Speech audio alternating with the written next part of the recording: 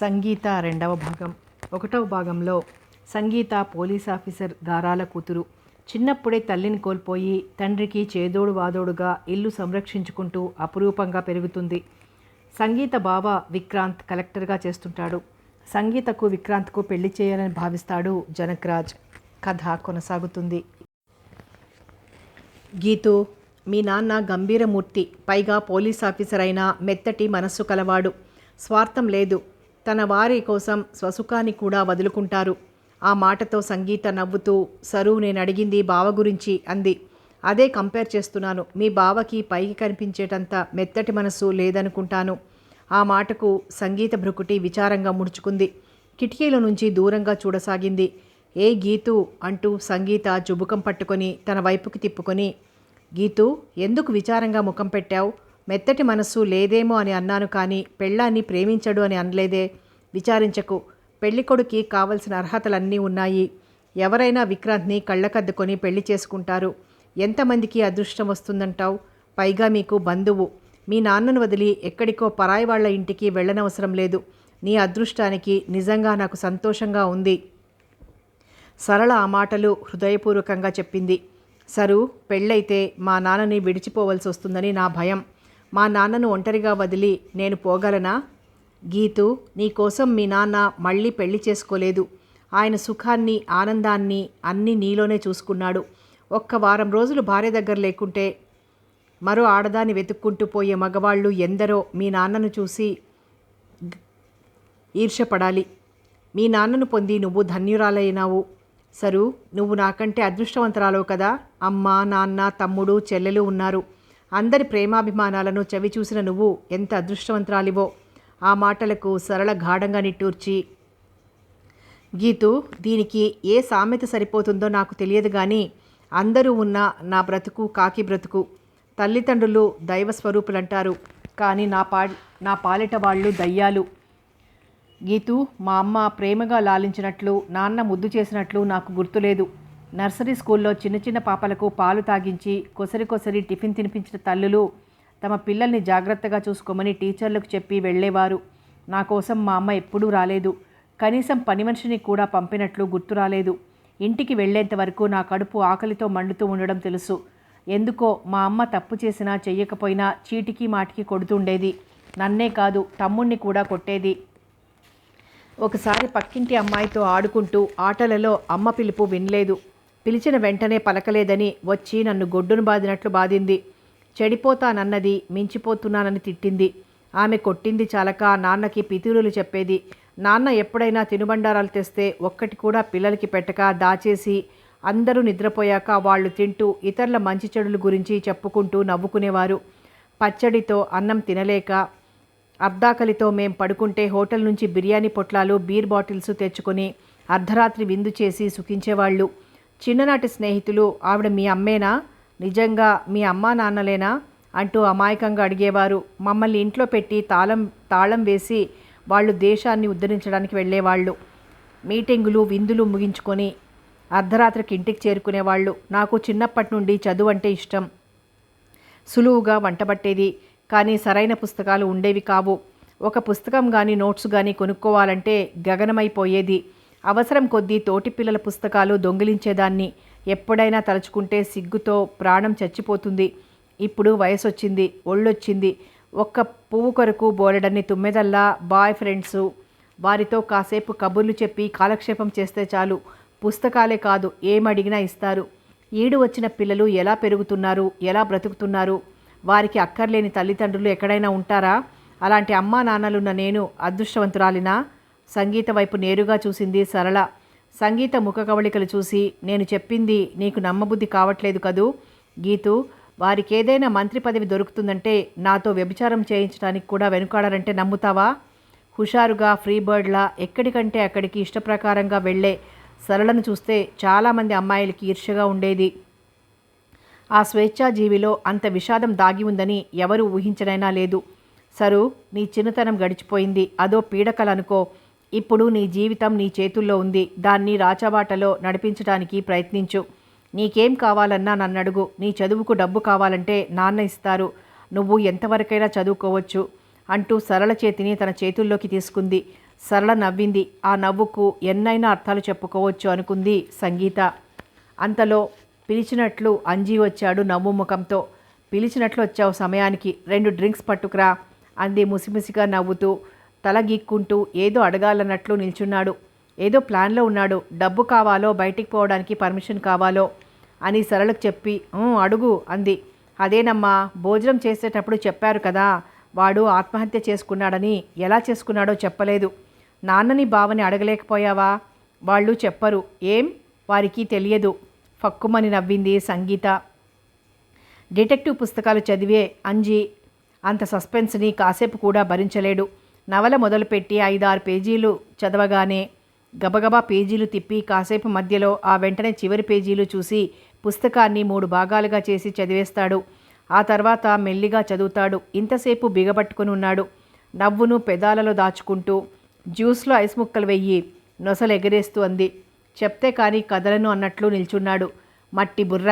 పెద్ద ఐస్ గడ్డ తెచ్చి దానిమీద నిల్చుని ఉరిపెట్టుకున్నాడు. పోలీసులు వచ్చేటప్పటికి అది కరిగి నీరైపోయింది. అందుకే ఆ గది తడిగా ఉంది. తెలిసిందా అన్నట్లు చూసింది. సస్పెన్స్ విడిపోయింది. సంతోషంతో అంజి ముఖం విప్పారింది. అంజిని చూసి అమ్మాయిలు నవ్వుకున్నారు. అంజి డ్రింక్స్ కలుపుతూ ఉండగా మెమో తీసుకుని ఎర్రగుంటపాలెం కానిస్టేబుల్ వచ్చాడు. అయ్యగారు పడుకున్నారు. కూనీకేసేనా అంజి అడిగాడు. అంజయ్య కాలం ఎలా మారిపోయిందో చూసావా? ఆస్తి కోసం అన్న తమ్ముణ్ణి ఘోరంగా చంపాడు. డ్రింకు మరో గ్లాస్ కలిపి కిటికీ అవతల కూర్చున్న కానిస్టేబుల్కి అందించాడు. రామయ్య, చంపింది అన్నే అని ఎలా తెలుసుకున్నారు? ఆప్యాయంగా షర్బత్ ఒక గుక్క తాగి, మా ఎస్ఐ మంచి తెలివిగలవాడు. తండ్రి లేడు. పెద్దోడు ఆస్తి అంతా తాగి ముండలకి తగిలేస్తుంటే ఆస్తి భాగాలు చేసి అన్నకి తమ్ముడికి పంచేసింది ముసలి తల్లి. అన్న ఆస్తి హరించుకుపోయింది. తమ్ముడి ఆస్తికి కక్కుర్తిపడ్డాడు. తమ్ముడికి 15 సంవత్సరాలు. తల్లి దగ్గర పడుకున్న వాణ్ణి పీరులు చూద్దాంరా అంటూ తీసుకుపోయి కాళ్ళు చేతులు కట్టి ఊరవతల బావిలో పడేసి వచ్చాడు. ఒంటరిగా తిరిగొచ్చిన పెద్ద కొడుకు చిన్నబ్బి ఏడిరా అంటే వాడింటికి రాలేదా? నిద్రొస్తోందని అప్పుడే వచ్చాడు అని చెప్పాడు. తల్లి భయపడుతూనే వెతికించింది. ఊరి బయట బావిలో తేలాడు. అన్న కూనీ చేశాడంటావు. మరి ఇంకెవరికి అవసరం వచ్చింది? గ్లాస్ తిరిగిచ్చాడు. ఈ కవరు దొరగారికి ఇవ్వు, నేను బయట నిల్చుంటాను. అయ్యగారు లేచాక ఇస్తాలే. కూనీ జరిగిపోయిందిగా, ఇక ఎప్పుడిస్తే ఏమి? బాబు, అయ్యగారు వచ్చి చూస్తే శవాన్ని ఆసుపత్రికి మోసేస్తాం, లేకుంటే శవజాగరణ చేయాల్సి ఉంటుంది అంటూ అంజీ సల్యూట్ కొట్టాడు. అంజీ ఛాతీ 2 అంగుళాలు పెరిగింది. అలాగే అంటూ డ్రింకు కలిపిన గ్లాసుల్లో ఐసు ముక్కలు వేసి ట్రేలో పెట్టుకుని వెళ్ళాడు. అమ్మా, కూనీ కేసు వచ్చింది, నాన్నగారిని లేపమంటారా అంటూ కవర్ చూపించాడు. నాన్నగారు క్యాంపుకు వెళ్తారు. ఈరోజు నా దగ్గర ఉంటావా? ఏదైనా పిక్చర్కి పోదాం. నా మనసు బాగుండలేదు. ఓకే అంటూ అంజి దగ్గర కవర్ తీసుకొని, అంజీ 2 టీ తీసుకురా అంటూ నాన్నగది వైపు వెళ్ళిపోయింది. అప్పటికే జనకరాజ్ బయటికి వచ్చి కానిస్టేబుల్తో మాట్లాడుతున్నారు. విక్రాంత్ కూడా బయలుదేరి రాజంపేటకు తిరిగి వెళ్ళాడు. పీసీ జనకరాజ్ను నేరుగా హత్య జరిగిన చోటుకు తీసుకువెళ్ళాడు. శవాన్ని బావి పక్క పడుకోబెట్టి ఉన్నారు. అతని తల్లి గోడుగోడున ఏడుస్తోంది. అన్న తల మీద గుడ్డ వేసుకొని ముడుచుకొని కూర్చున్నాడు.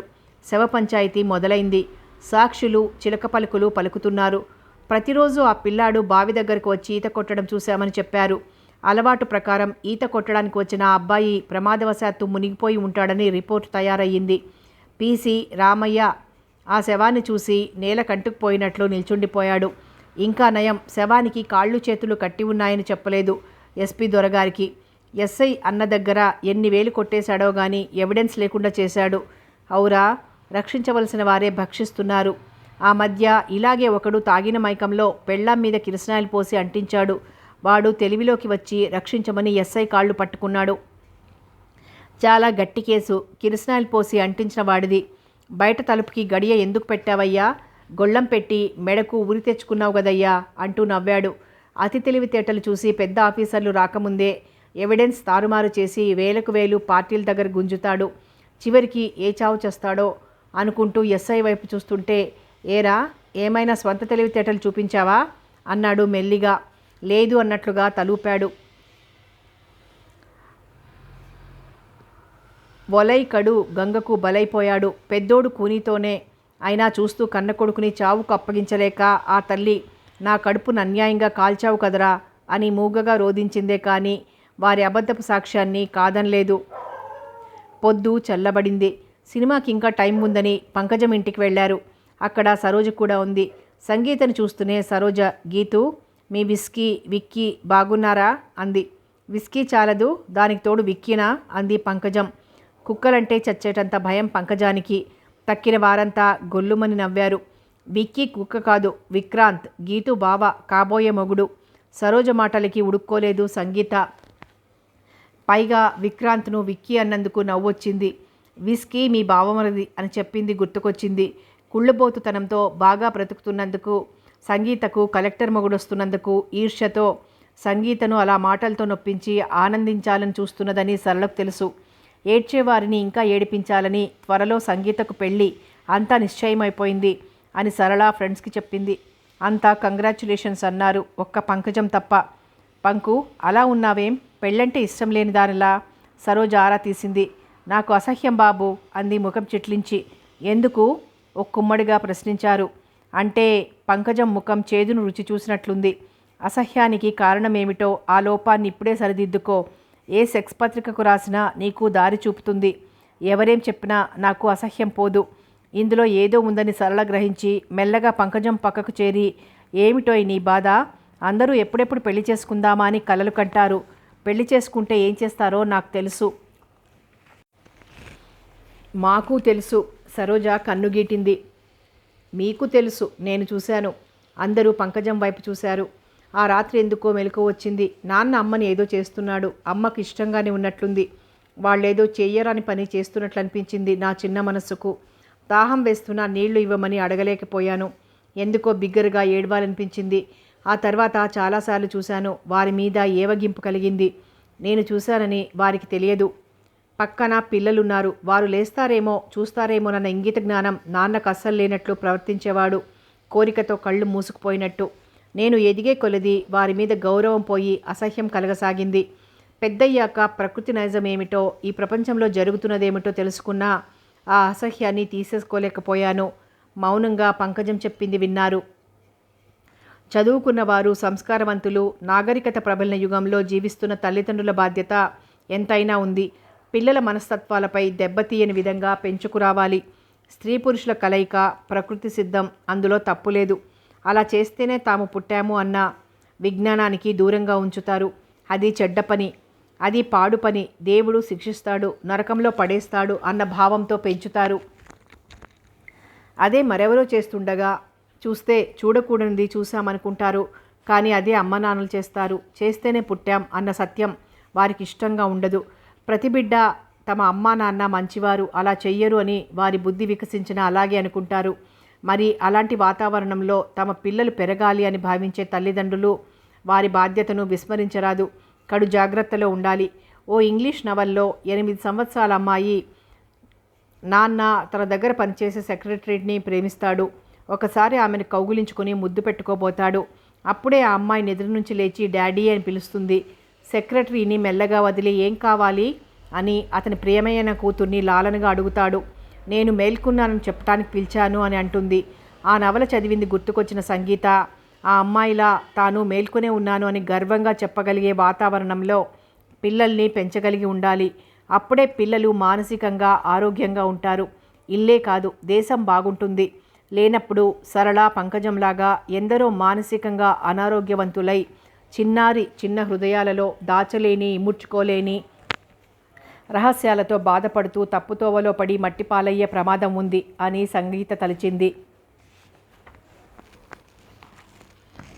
అన్ని సౌకర్యాలను ఇచ్చి ప్రేమించే తల్లిదండ్రులను ఎందుకంత తిరస్కార భావంతో పంకజం ఎదురు తిరుగుతుందో ఇప్పుడు సరళకు అర్థమైంది. సంఘపు కట్టుబాట్లను అనుసరించి పెళ్ళైన వారు చేస్తే తప్పులేదు. వారు చేస్తున్నది నువ్వు చూసావని వారికి తెలిస్తే అలా చెయ్యరు. నువ్వు చిన్నదానివి, ఆదమర్చి నిద్రపోతున్నావని అనుకుని ఉంటారు. నువ్వు చూస్తావని కలలో కూడా తలచి ఉండరు. పంకు, అవన్నీ సహజమని సరిపెట్టుకో. వారి ప్రేమను గుర్తుకు తెచ్చుకో. వారి ప్రేమ ముందు వారి తప్పులు కనబడకుండా పోతాయి. సరళ పంకజం భుజంపై చెయ్యి వేసి అనునయంగా చెప్పింది. అవును పంకజం, మా అమ్మ నాన్న ఎంతగా ప్రేమించుకుంటే నేను పుట్టాను అని గర్వపడుతుంటాను. అంతా మనం చిత్రించుకునే దానిలో ఉంది అని సంగీత చెప్పింది. పంకజం, నువ్వే కాదు, నేను చూశాను. ఏం చూశానో మా ఫ్రెండ్స్కి చెప్పాను అప్పుడు. సరోజ కన్నులు ఎగరేస్తూ చెప్పింది. దాని యాక్షన్, మాటలకి వారికి నవ్వొచ్చింది. వాతావరణం తిరిగి ఆహ్లాదంగా మారింది. మాటల్లో పొద్దుపోయింది గుర్తించనే లేదు. అరే, సినిమా మొదలుపెట్టి ఉంటారు. ఓ నాయనో అంటూ డ్రైవర్ని తొందరగా తీసుకుపోమ్మని తొందర చేశారు. సినిమాలో తండ్రి కూతురింటికి వస్తాడు. ఆమె తన అత్తగారింట్లో పడే కష్టాలు తండ్రికి తెలియనివ్వదు. తండ్రిని మభ్యపెట్టి పంపుతుంది. చివరికి కూతురు కష్టాలు కళ్ళారా చూసి అమ్మా అని ఏడుస్తూ చేతులు చాపుతాడు. నాన్న అంటూ ఆ చేతుల్లో వాలిపోతుంది. కూతుర్ని ఎదకు చేర్చుకుంటాడు, కూతురికి రక్షణ కలిగిస్తున్నట్లు. ఆ తండ్రి కూతుళ్ళ దుఃఖానికి సంగీత కన్నీళ్లు సొళ్ళు తిరుగుతూ పైకి ఉబికాయి. తుడుచుకోను సిగ్గేసి స్నేహితులు చూడకుండా కనుకొలకలను వేళ్లతో అద్దుకుంది. ఇంటర్వెల్లో అంజి గబగబా సంగీత దగ్గరకొచ్చి అయ్యగారికి గుండెపోటొచ్చింది, ఆసుపత్రికి తీసుకువెళ్లారు అని చెప్పాడో లేదో నాన్న అంటూ పైకి లేచింది. సరళ కూడా వెంటనే లేచి సంగీత భుజంపై చెయ్యి వేసి వెంట నడిచి బయటికొచ్చింది. నిమిషాల్లో ఆసుపత్రికి చేరుకున్నారు. బెడ్పై ఆయాసపడుతూ కూడా సంగీతను చూసి ధైర్యం చెప్తున్నట్లుగా చిరునవ్వుతో చూశారు. నాన్న నవ్వు చూసి పాలిపోయిన ముఖంలో తిరిగి రక్తం ప్రవహించినట్లు జీవకళ కనబడింది సంగీత ముఖంలో. భయంతో దిగులుతో క్షణంలో ప్రాణం నీరు కారిపోయి పాలిపోయినట్లుగా అయిపోయింది. సరళ లోలోన వణికిపోయింది. పెద్ద డాక్టర్లు, హార్ట్ స్పెషలిస్టు జనకరాజ్ మంచాన్ని వదిలిపోలేదు. పరీక్షలు జరిపి నిమిషాలలో ట్రీట్మెంట్ ప్రారంభించారు. ప్రాణాన్ని రక్షించగల మందులన్నీ తెప్పించారు. ఉధృతంగా వచ్చిన నొప్పిని ఉపశమించింది. ఆ రాత్రంతా కన్ను మూయకుండా నాన్న చేయి పట్టుకుని ఉండింది. తెల్లవారేటప్పటికీ విక్రాంత్ నేనున్నానంటూ వచ్చాడు. సంగీతకు కొండంత ధైర్యం వచ్చింది. అంతవరకు ధైర్యంగా ఉండి మృత్యువుతో పోరాడిన జనకరాజ్ విక్రాంత్ను చూస్తూనే అంతవరకు దాగిన కన్నీరు కనుకొనుకలలో నుంచి మెల్లిగా జారింది. విక్రాంత్ 2 చేతులు పట్టుకొని, విక్రాంత్ మై బాయ్, నా రాజాబేట నీ చేతులలో ఉందని నేను నిశ్చింతగా ఉండొచ్చా అని ప్రాధేయపడుతూ అడిగాడు. విక్రాంత్ ఆయన చెయ్యి పట్టి ఒత్తుతూ ప్రామిస్ చేసినట్లు ధైర్యం, నమ్మకం కలిగించాడు. విక్రాంత్ సమయానికి దేవుడు నిన్ను పంపాడు. చావంటే నాకు భయం లేదు. నా విచారమంతా నా బేటాదే. నువ్వున్నావు, ఇక నాకే చింత లేదు. నేను విశ్రాంతి తీసుకుంటాను. జనకరాజ్ చిరునవ్వుతో అన్నాడే కానీ సంగీతను చూస్తుంటే గుండె తరుక్కుపోతోంది. అయినా పైకి ధైర్యంగా ఉన్నాడు. ఆ ధైర్యమే అతన్ని బ్రతికించింది. 3వ రోజుకు పూర్తిగా కోలుకున్నాడు. తీసుకోవలసిన జాగ్రత్తలు, మందులు రాసిస్తూ డాక్టర్ పూర్తిగా విశ్రాంతి తీసుకోవాలి, ఏ ఆందోళన మీ గుండెకు పనికిరాదు అని చెప్పాడు. జనకరాజ్ సెలవు పెట్టాడు. రాత్రింబవళ్ళు పనిచేసి యాక్టివ్గా జీవితాన్ని గడిపిన అతనికి పడకలో పడుకోవాలంటే అదో శిక్షగా ఉంది. శక్తి, బలము ఇచ్చిన దేవుడు గుండెను బలహీనంగా చేశాడు. ఈ బలహీనమైన గుండె ఎప్పుడు ఆగిపోతుందో తెలియదు. మరోసారి నొప్పి వస్తే ఆగిపోవడం ఖాయం. మృత్యువుతో దాగుడుమూతలాడటం ఇష్టం లేదు. అటో ఇటో తేల్చుకునే తత్వం తనది. అందుకే ఇహలోక బాధ్యతలు తీర్చుకోవాలి. అర్జున్కి తన అనారోగ్యం గురించి తెలుపుతూ రమ్మని రాశారు. సంగీతకు కాలేజీలో ఉన్నంతసేపు నాన్న మీదే ధ్యాస. ఇటు సంగీత కాలేజీకి వెళ్ళగానే కర్ర చేత పట్టుకొని ఫ్రెండ్స్ ఇళ్ళకి లేదా క్లబ్కి వెళ్ళిపోతారు. నాన్న ఎక్కువగా అలసిపోతే, మరలా నొప్పొస్తే ఆ ఆలోచన రాగానే ఇంటిదారి పట్టేది. ఈ సంవత్సరంతో BA పూర్తిగా అవుతుంది. ఎలాగో పరీక్షలు రాశాననిపించింది. డాక్టరు జనకరాజుని మరలా చూసి కండిషన్ బాగుంది అని చెప్పాడు. సంగీత మనసు అప్పటికి స్థిమితపడింది. దిండ్ల మీద ఆనుకొని కూర్చున్న జనకరాజ్ ఉత్తరాలు రాస్తూ తన డైరీ సంగీతకు చూపించి ఆ అడ్రస్లకు మనీ ఆర్డర్లు చేయమని చెప్పాడు. అంతలో విక్రాంత్ వచ్చి మరో కుర్చీలో కూర్చుంటూ నాన్నగారు మరో పక్షం రోజుల్లో వస్తానని రాశారు అని చెప్తూ సంగీత వైపు చూశాడు. మనీ ఆర్డర్ ఫామ్స్పై వ్రాస్తూ అత్తయ్య రావట్లేదా అని అడిగింది. అందరూ వస్తున్నారు. అన్ని మనీ ఆర్డర్స్ ఎవరికి కుతూహలంగా అడిగాడు. ఇవి రిటైర్డ్ అయిన ప్యూన్స్కి, బీద విద్యార్థులకు, నాన్నగారిని సహాయం అడిగిన వాళ్ళకి ప్రతి నెలా కొంత పంపుతారు. జనకరాజ్ సిగ్గుగా నవ్వారు. మనిషి చేసే ప్రతి పనిలో స్వార్థం ఉంటుంది. ఇలా దాన ధర్మాలు చేసేది ఎందుకు? బీదవారని ఏదో కాస్త జాలి ఉన్నా ముఖ్యంగా పుణ్యం సంపాదించుకోవాలని చేస్తాడు. ఇహలోకంలో బ్రతకటానికి డబ్బు సంపాదిస్తూ అటు పరలోకంలో చోటు కోసం పుణ్యం చేస్తాడు. తండ్రుల పాపఫలం 7 తరాల వారు అనుభవిస్తారు. అలాగే పుణ్యఫలమును. తన పుణ్యఫలం తన ఏకైక కూతురుకు దక్కాలని సాధ్యమైనంత వరకు న్యాయంగా బ్రతకటానికే ప్రయత్నించాడు. మనిషంత స్వార్థజీవి ప్రపంచంలో మరొకటి లేదు అని జనకరాజు తలుస్తూ, బేటా ఓ కవరివ్వు, ఆదిత్యకు ఉత్తరం రాయాలి అని ఆదిత్య ఎవరో విక్రాంత్ అడగకముందే చెప్పాడు. ఆదిత్య నా స్నేహితుడు నాగేశ్వరరావు కొడుకు, కోడూరులో ఉంటున్నాడు. 10 ఎకరాల తోట, అన్ని రకాల వృక్షాలతో ఓ చిట్టడివిలాగా ఉంటుంది. అందులో ఉంది నాగేశ్వరరావు గృహం. పాపం వాడిప్పుడు లేడు అంటూ నిట్టూర్చాడు. స్నేహితుడు చనిపోగా ఆ కుటుంబాన్ని ఆదుకున్నారు జనకరాజ్. తోట చూడను నమ్మకమైన పనివాళ్లను పెట్టాడు. ఆదిత్యను చదువు ఆపవద్దని డిగ్రీ పుచ్చుకునేదాకా డబ్బు పంపుతూ వచ్చాడు. చదువు పూర్తి అయిన వెంటనే ఇక డబ్బు పంపవద్దని ఆదిత్య కృతజ్ఞతలు తెలుపుకుంటూ, ఇక నా స్వశక్తి మీద నా జీవితాన్ని ప్రారంభిస్తాను. మీ సహాయం మరువలేనిది, తీర్చలేనిది. మీ రుణాన్ని కాస్తైనా తీర్చుకోనివ్వండి అంటూ తీసుకున్న డబ్బు చెల్లిస్తూ వచ్చాడు. ఆదిత్య వ్యక్తిత్వాన్ని పొగుడుతూ జనకరాజు ఉత్తరం రాశాడు. ఎటు గాలి మార్పు అవసరమన్నారు డాక్టర్. అక్కడికి వెళ్ళి కొన్ని రోజులు ఉంటాం. ఈ లోపల అర్జున్ వస్తాడు. మీ పెళ్ళికి ముహూర్తం పెట్టుకుంటాం. మీ పెళ్ళి, నా రిటైర్మెంట్ రెండూ జరిగిపోవాలి అన్నాడు. సంగీత ఊరగా విక్రాంత్ వైపు చూసింది. అతను సంతోషంగా ఉన్నాడు. సంగీత ప్రయాణానికి ముందే షాపింగ్ ముగించింది. ఫ్రెండ్స్తో షాపింగ్కు వెళ్ళి ఒక్కొక్క రోజు ఒకే షాప్లో ఉండిపోయేవారు. ఒక్కొక్క ఐటెంకి ఒక రోజు చాలట్లేదు. పొద్దున వెళ్ళి ఇంటికి రాక ఎదురొచ్చిన రెస్టారెంట్లో భోజనం చేసి మళ్ళీ షాపింగ్ మొదలుపెట్టి దీపాలు పెట్టే వేళ్లకు ఇంటికి చేరుకునేవారు. నిన్నటి పాప ఈరోజు అందమైన అమ్మాయి, రేపు అమ్మ అవుతుంది తన రాజాబేట. అమ్మగా చూడగలడా? ఏమో, చూస్తాడేమో. మనిషి ఆశాజీవి అనుకుంటూ సంగీత తాను కొన్నది ఆనందంగా చూపిస్తూ ఉంటే తను ఆనందిస్తూ చూశారు జనకరాజ్. సంగీతను కారులో నెమ్మదిగా ప్రయాణం చేయడం కొత్త అనుభవం. పక్కకు తిరిగి తలుపు కానుకొని మెత్తగా జారిపోతున్న ప్రకృతి సౌందర్యాన్ని పూర్తిగా అనుభవిస్తున్నట్లు ఆనందించసాగింది. చల్లటి గాలి చెంపలకు తాకుతుంటే గాలితో కాసేపు దోబూచులాడింది. జనకరాజు కళ్ళు మూసుకుని వెనక్కి వాలి కూర్చున్న సంగీత ఆటను గమనిస్తూనే ఉన్నాడు. సంగీత చిన్నప్పుడు చెట్లు చేమలతో మాట్లాడేది, జంతువులతో స్నేహం కట్టి ఆడుకునేది. సంగీతను అర్థం చేసుకున్నట్లు అవి ప్రవర్తించేవి. ఇంట్లో పెంచిన కోళ్లను కోయనిచ్చేది కాదు.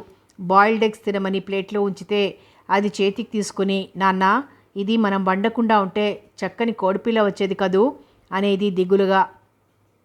బేటా, అది వెజిటేరియన్ ఎగ్, అంటే అందులో ప్రాణం లేదు.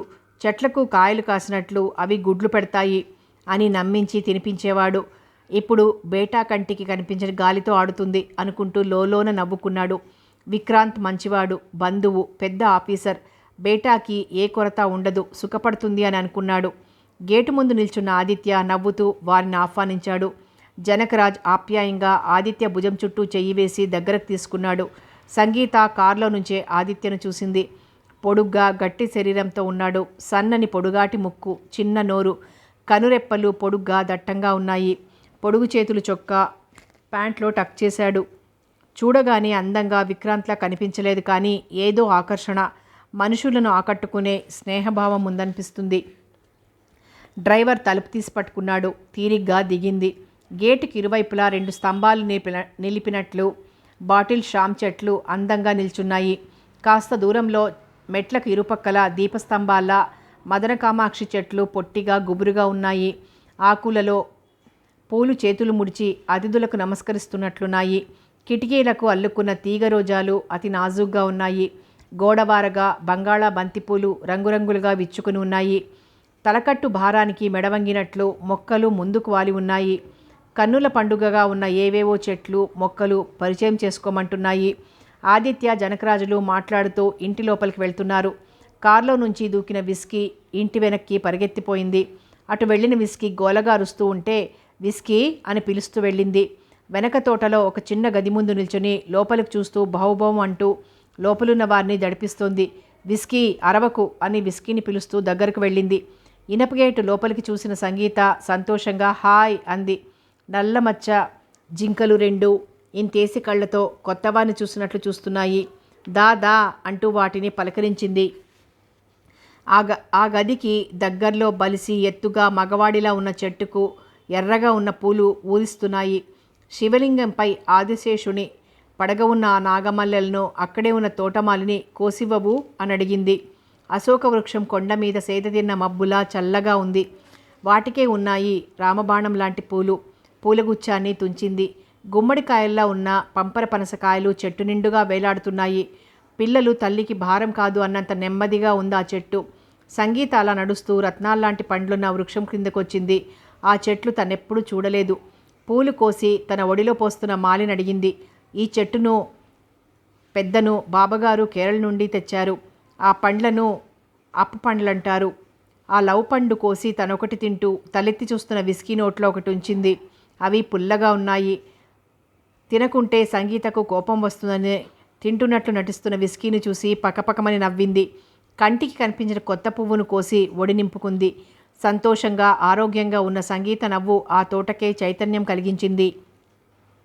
ఆదిత్య కన్నార్పకుండా సంగీతనే చూస్తున్నాడు. ఆమె ఆనందానికి అడ్డురావడం ఇష్టం లేనట్లు అక్కడే నిల్చుండిపోయాడు. ఆదిత్యను చూసి విస్కీ అరవబోయి ఆపి తోకాడిస్తూ దగ్గరకు వెళ్ళింది.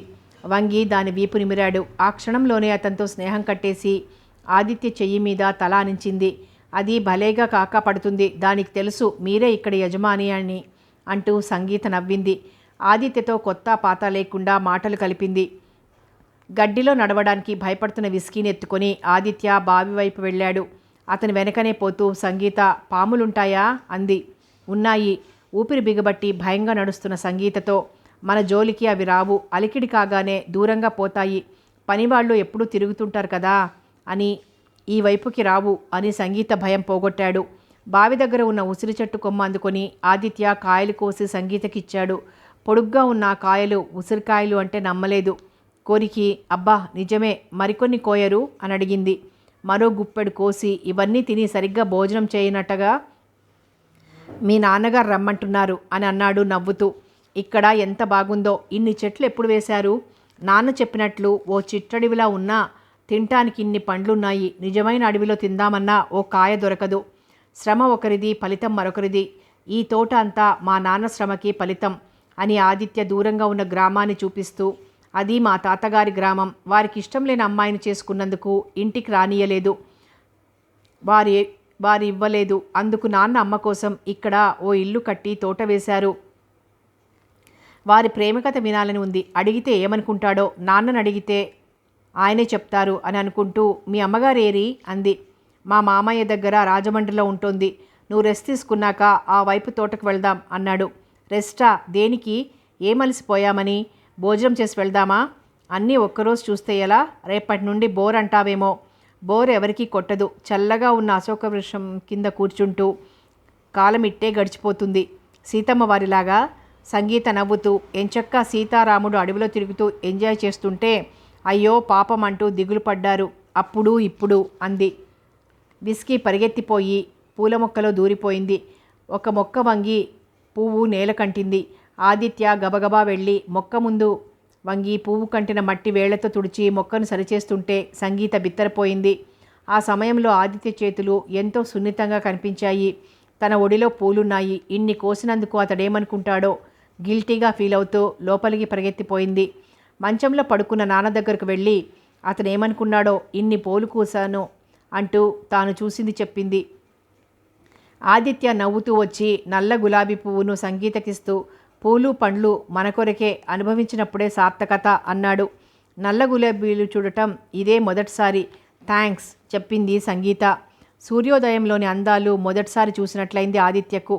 పూలు మరింత అందాలను విరజిమ్ముతున్నాయనిపించింది. వంటగదిలోంచి సంగీత మాటలు, నవ్వులు, విస్కీని అదిలించటం, మధ్య మధ్య కూనిరాగాలు అవన్నీ ఆదిత్యకు కొత్త అనుభూతుల్ని కలిగిస్తున్నాయి. ఇంతవరకు తాను గడిపిన జీవితం మూగది అని కాఫీ తాగుతూ అనుకున్నాడు. స్త్రీలో ఇంత అందం, ఆకర్షణ ఉంటుందా? ఇంతవరకు స్త్రీని గురించి ఆలోచించే అవసరం కలగలేదు. ఇప్పుడు ఆ అవసరం గుర్తించాడు. ఆదిత్య మనసులో కొత్త అలజడి ప్రారంభమైంది. సూర్యుడు పైకి వస్తూ కిరణాలను వర్షింపచేస్తున్నాడు. రేయండ పడుతున్న చోట కుర్చీలో జనకరాజు కూర్చున్నాడు. కుర్చీలో నిండుగా హుందాగా కాళ్ళు చాపుకొని పేపర్ చదువుతున్నాడు. శరీరం పైన కిరణాలు పడి చిట్లిపోతున్నాయి.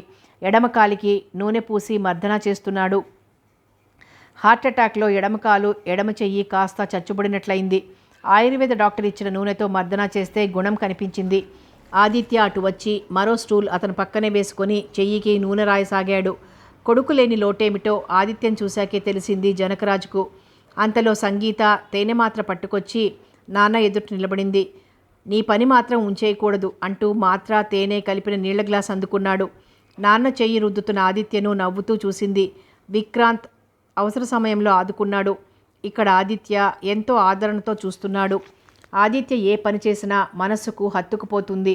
పనిలో పరిపూర్ణత కనిపిస్తుంది అని తలుస్తూ టిఫిన్ రెడీ, వచ్చి మీ బ్రేక్ఫాస్ట్ని బ్రేక్ చేయండి అంది. సంగీత చెప్పింది వెంటనే అర్థం చేసుకోలేకపోతున్న ఆదిత్య సంగీత వైపు చూస్తూ ఏమిటి బ్రేక్ చేయమంటుంది అన్నాడు. జనకరాజ్ పెద్దగా నవ్వాడు. ఆదిత్య చెట్లకు నీళ్లను వదిలి కాలవగట్లను సరిచేస్తున్నాడు. ఆరెంజ్ కలర్ చీరలో నులివెచ్చని ఎండలా వచ్చింది సంగీత. ఆమె మెడలో ఉన్న పగడాల హారాన్ని, సంగీత అందాన్ని మెచ్చుకోకుండా ఉండలేకపోయాడు. సంగీత మధురంగా నవ్వుతూ, ఈ దండ విక్కీ ఇచ్చింది, అందుకే అంత బాగుంది అంది. విక్కీ ఎవరు? సంగీత కిలకిలా నవ్వింది. విక్కీ మా బావ విక్రాంత్. అలా చెప్పటంలోనే ఎంతో ఆత్మీయత ఉంది. అతని బ్రుకుటి ముడుచుకుంది. సంగీత ఆ రోజు జనకరాజ్ ఎలా ప్రైజ్ ఇచ్చారో చిన్నపిల్లల నవ్వుతూ చెప్పింది. పెళ్ళికని కొన్న చీరలు కట్టేస్తున్నా చూస్తూ ఊరుకోలేను. పెళ్లి రోజుకి కొత్తవేమీ ఉండవేమో. నీళ్ల తొట్టిపై కూర్చుని నీళ్లతో ఆడుతూ అంది.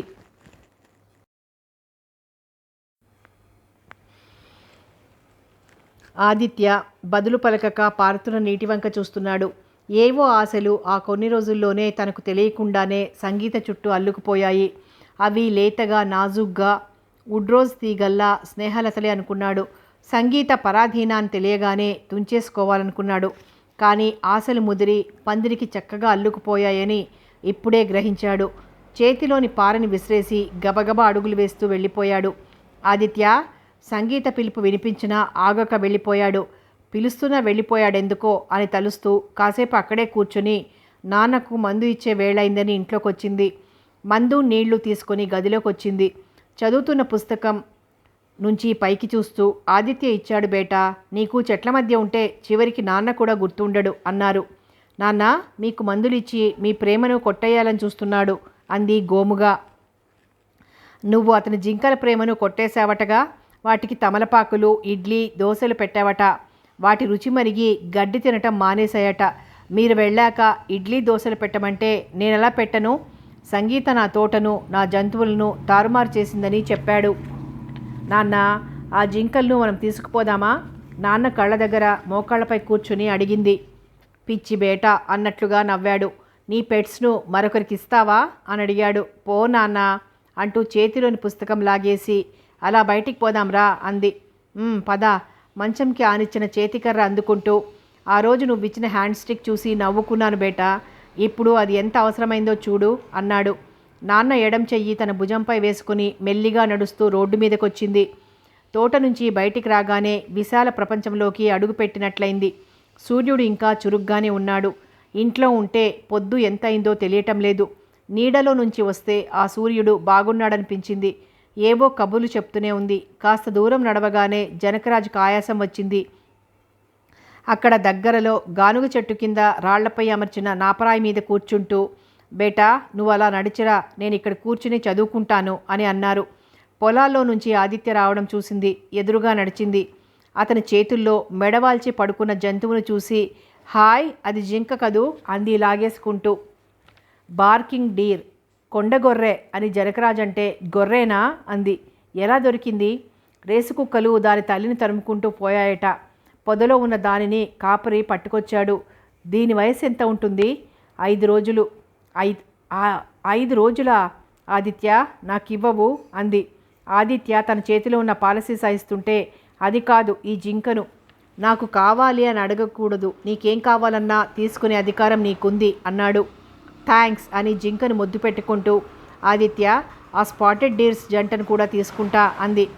ఆదిత్య జనకరాజ్ వైపు చూశాడు. ఇద్దరూ నవ్వుకున్నారు. నువ్వు ఆ మాట అన్నావు, ఈ తోటను వీలుంటే వెంటబెట్టుకుని పోతానంటుంది అని జనకరాజ్ అన్నారు. ఆదిత్య నవ్వుతూ సంగీత వైపు చూశాడు. ఎన్నో అర్థాలు, భావాలు ఆ చూపులో కనిపించాయి. సంగీత కోరాలే గాని తన ప్రాణాలే ఆమె పాదాల ముందు ఉంచుతాడు అన్న విధంగా ఇష్టంగా, ఆరాధనగా జింకను ముద్దు చేస్తున్న సంగీతను చూస్తున్నాడు. ఒక్క నిమిషం తనను తాను మరిచి సంగీతను హృదయంలో ముద్రించుకుంటూ బాహ్య ప్రపంచాన్ని విస్మరించాడు. అనుభవజ్ఞుడైన పోలీస్ ఆఫీసర్ ఆ ఒక్క చూపులోని భావాల్ని పసికట్టి ఆదిత్య హృదయంలోకి తొంగి చూశాడు. తాము అక్కడికి రావడం పొరపాటేమోనని తలచాడు జనకరాజ్. ఆదిత్య సహృదయుడు, అకారణంగా ప్రేమలో పడినట్లున్నాడు. అతడు నాగేశ్వరరావు కొడుకు. ప్రేమిస్తే ప్రాణంగా ప్రేమిస్తాడు. తిరుగుండని ప్రేమ అది.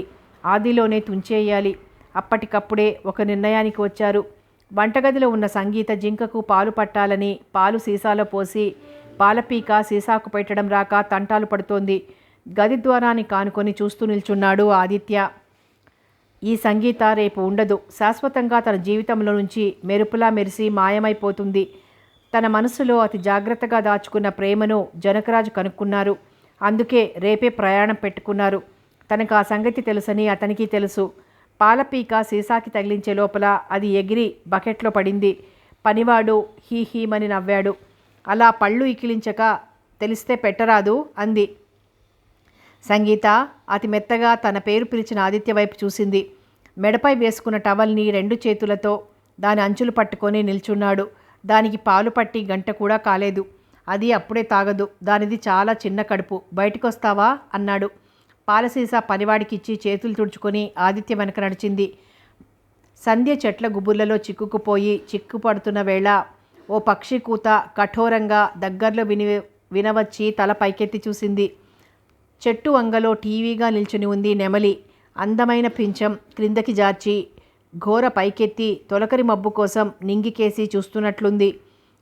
హాయ్ హాయ్ అని అరుస్తూ సంగీత ముందుకు పోతుంటే చేయి పట్టుకొని ఆపేశాడు. కొత్త వాళ్ళని చూస్తే పొడిచే గుణం ఉంది. ఇది కూడా మనదే, పెంచి వదిలేశారా సంబరంగా అడిగింది. రాజా నెమల్ని పిలిచాడు. పిలిచిన ఆదిత్య వైపు చూసి చెట్టు నుంచి దూకి పురివిప్పి వయ్యారంగా అడుగులు వేస్తూ దేనినో వెతుకుతున్నట్లుగా వెళ్ళిపోయింది. చూపిస్తాననే కదూ పిలిచింది, థ్యాంక్స్ అంది. దగ్గరగా ఉన్న సంగీతను చేయి చాపితే అందే సంగీతను అందుకోలేడు. ఆ అదృష్టం తనకు లేదు. రేపటి నుంచి కనిపించదు కూడా అనుకుంటే బాధగా, చాలా బాధగా ఉంది. సంగీత రేపే మీ ప్రయాణం. మేమంటే అప్పుడే విసుగొచ్చిందా? పొమ్మంటున్నారు. మీ నాన్నగారే ప్రయాణానికి ఏర్పాట్లు చేయమన్నారు. ఎందుకు? నీకే తెలియాలి. నీ పెళ్లి చేయాలని తొందరపడుతున్నారేమో. సంగీత కళ్ళల్లోకి చూశాడు. సిగ్గుగా కన్నులు కిందకు వాల్చింది. సిగ్గుపడుతున్న సంగీతను చూస్తుంటే విక్రాంత్ మీద ఈర్ష్యతో హృదయం బరువెక్కింది. గిరుక్కున తిరిగి వెళ్ళిపోతున్న ఆదిత్యను చూసి నవ్వుకుంది. మాట్లాడుతూ గిరుక్కున తిరిగి వెళ్ళిపోతాడు. టేకు చెట్టు కల్లుకున్న గొడుగంత ఆకులను చూస్తూ ఆదిత్య మీకు చాలా డబ్బుంది అవునా? భుజం మీదుగా సంగీతను చూశాడు. ఆమె చూపు మనీ ప్లాంట్ మీద ఉండడం గమనించి డబ్బు అన్నా సొమ్ములన్నా మీ ఆడవారికి ఎందుకు అంత మక్కువ అన్నాడు కోపంగా. విక్రాంత్ కలెక్టర్ అనే కదా సంగీతకు జనకరాజ్ ఏరికోరి పెళ్లి చేస్తున్నది. తన దగ్గర బోలెడంత డబ్బు హోదా ఉంటే ఈ సంగీతను తను స్వంతం చేసుకోవడా దర్పంగా? సంగీతను నాకు ఇవ్వండి అని అడిగేవాడు. ప్రేమ ఆరాధన డబ్బు ముందు విలువలేనివి అని కసిగా అనుకున్నాడు. పోస్ట్ గ్రాడ్యుయేట్ అయిన మీరు చెట్లు జంతువులను పెంచి ఆనందిస్తున్నారు. అందరూ మీలాగే తృప్తి పడతారా? సీతలాంటి సాధ్వి వనవాసానికి పోతూ నారబట్టలు ధరించినా తన ఆభరణాలు మాత్రం వదల్లేదు. మరి మాలాంటి వారి సంగతి చెప్పమంటారా అంటూ పక్కపక్క నవ్వింది. నవ్వుతున్నదల్లా కెవ్వున కేక వేసింది. ఆ క్షణంలోనే ఇటు తిరిగిన ఆదిత్య కదలకు అని ఆజ్ఞాపించినట్లు అరిచాడు. సంగీత కాళ్ళకి చుట్టుకుంటూ ఉన్న నాగపామును చూసి నవ్వు ముఖంలో ధైర్యం చెప్తున్నట్లు చూశాడే గాని లోలోన వణికిపోయాడు. అతి వేగంతో కొట్టుకునే గుండె గొంతులోకి వచ్చినట్లయింది. సంగీతకు ఒళ్లంతా చెమట పట్టింది. ఆదిత్యను చూస్తూ శోష వచ్చినా పడిపోకుండా నిల్చుకోగలిగింది. కాళ్ళ దగ్గర మెలికలు తిరిగి చుట్టుకుంటున్న పాము మెత్తగా లేదు. తాటిమట్టితో రాస్తున్నట్లు గట్టిగా మంటగా ఉంది. పాము అంత రఫ్గా ఉంటే భయంలో కూడా ఆశ్చర్యం కలిగింది. సంగీతని రెప్పవాల్చకుండా చూస్తున్న ఆదిత్య పాము తల దూరం కాగానే ఒక్క అంగలో ముందుకు వచ్చి సంగీతను ఎత్తిపట్టుకున్నాడు. సంగీత ఆదిత్య మీద వాలిపోయింది. సంగీతను హృదయానికి అదిమి పట్టుకున్నాడు. ఎంత గండం తప్పిపోయింది. నాగుపాము కాటుపడితే తను సంగీతను రక్షించుకోగలిగేవాడా? కుబుసం పట్టి ఉంది. దాని కళ్ళు సరిగ్గా కనిపించటం లేదు కాబట్టి సరిపోయింది. లేకపోతే ఉద్వేగంలో కన్నీళ్లు చెంపలకు చెమర్చాయి. సంగీత సంగీత అంటూ పలవరిస్తున్న అతన్ని అంత భయంలోనూ కళ్ళు విప్పి చూసింది. తేలిగ్గా ఎత్తుకొని గబగబా పోతున్న అతని ఆత్మీయతకు చలించిపోయింది. నాన్న విక్రాంత్ కాక తనకు మరో ఆత్మీయుడు, తనను ప్రేమించేవాడు ఉన్నాడని గ్రహించింది. సంగీతను బాటపై దింపి చెయ్యి పట్టుకుని నడిపించాడు. అల్లంత దూరానికి ముందు గదిలో నుంచి మాటలు అతిహాసాలు వినివస్తుంటే ప్రశాంతకంగా ఒకరినొకరు చూసుకున్నారు. గేటు ముందు తెల్ల వ్యాన్ ఉంది. ముందుగా సంగీత లోపలికి వెళ్ళింది. అరే బేటా అంటూ జనకరాజ్ సంతోషంగా సంగీతను పలకరించాడు. మంచం మీద కూర్చున్న విక్రాంత్ సంగీతను చూస్తూనే పైకి లేచాడు. కుర్చీలో మరో కొత్త వ్యక్తి ఉన్నాడు. చూడగానే కనుక్కుంది అతను అర్జున్ మావయ్య అని. అమ్మకి స్వంత అన్న అని అనుకుంటూ చేతులు జోడించి నమస్కరించింది. అమ్మను చూసినంత సంతోషంగా ఉంది. ఆదిత్యతో పరిచయాలు జరిగాయి. కాసేపు వారితో మాట్లాడి వారికి భోజనాలు ఏర్పాటు చూడ్డానికి వెళ్ళాడు. ఆ రోజు చాలా తొందరగా తెల్లవారినట్లుంది ఆదిత్యకు. పడకపై నుంచి లేవబుద్ధి కాలేదు. ఇప్పుడు కాకపోయినా మరో గంటకైనా లేవక తప్పదు. అపూర్వమైన అతిథిని సాగనంపాలి. రాత్రి విక్రాంత్ వాళ్ళు భోజనాలు చేసి దగ్గరలో ఉన్న రహదారి బంగళాకు వెళ్ళారు. జనకరాజ్ ఆదిత్యతో, బాబు మేం పొద్దున్నే వెళ్తున్నాం. విక్రాంత్ దగ్గర 2 రోజులుండి మా ఊరికి వెళ్తాం అని అన్నాడు. ఇక్కడి నుంచి బయలుదేరి బంగళాకు వచ్చి కలుసుకుంటామని జనకరాజ్ వారితో అన్నాడు. ఆదిత్య మనసు ఆవేదనగా దిగులుగా ఉంది. ఎన్నడూ లేనిది ఒంటరితనాన్ని తలుచుకుంటేనే భయంకరంగా ఉంది. సంగీతను వెతుకుతూ వెళ్ళాడు. ఫ్లాస్క్లో పాలు పోసుకుని మిగిలిన పాలు సీసాలో పోసి జింకపిల్ల నోటికి అందించింది. తల్లి రొమ్మును అందుకున్నట్లు ఆత్రంగా పాల సీసాను నోటికి అందుకుని శబ్దం చేస్తూ పీకను చప్పరిస్తూ తాగుతూ మధ్య మధ్య తల్లి రొమ్మును గుద్దినట్లు సీసాను పొడిచి పీకను తిరిగి నోట్లో పెట్టుకుంది. దాని చర్యకు సంగీత మురుస్తూ ఆనందించసాగింది. ఆదిత్య దగ్గరకు వెళ్ళి, వీణ్ణి కూడా ప్రయాణం చేస్తున్నట్లున్నావు అన్నాడు. ఇది నాదేగా, బాబీ అని పేరు కూడా పెట్టాను.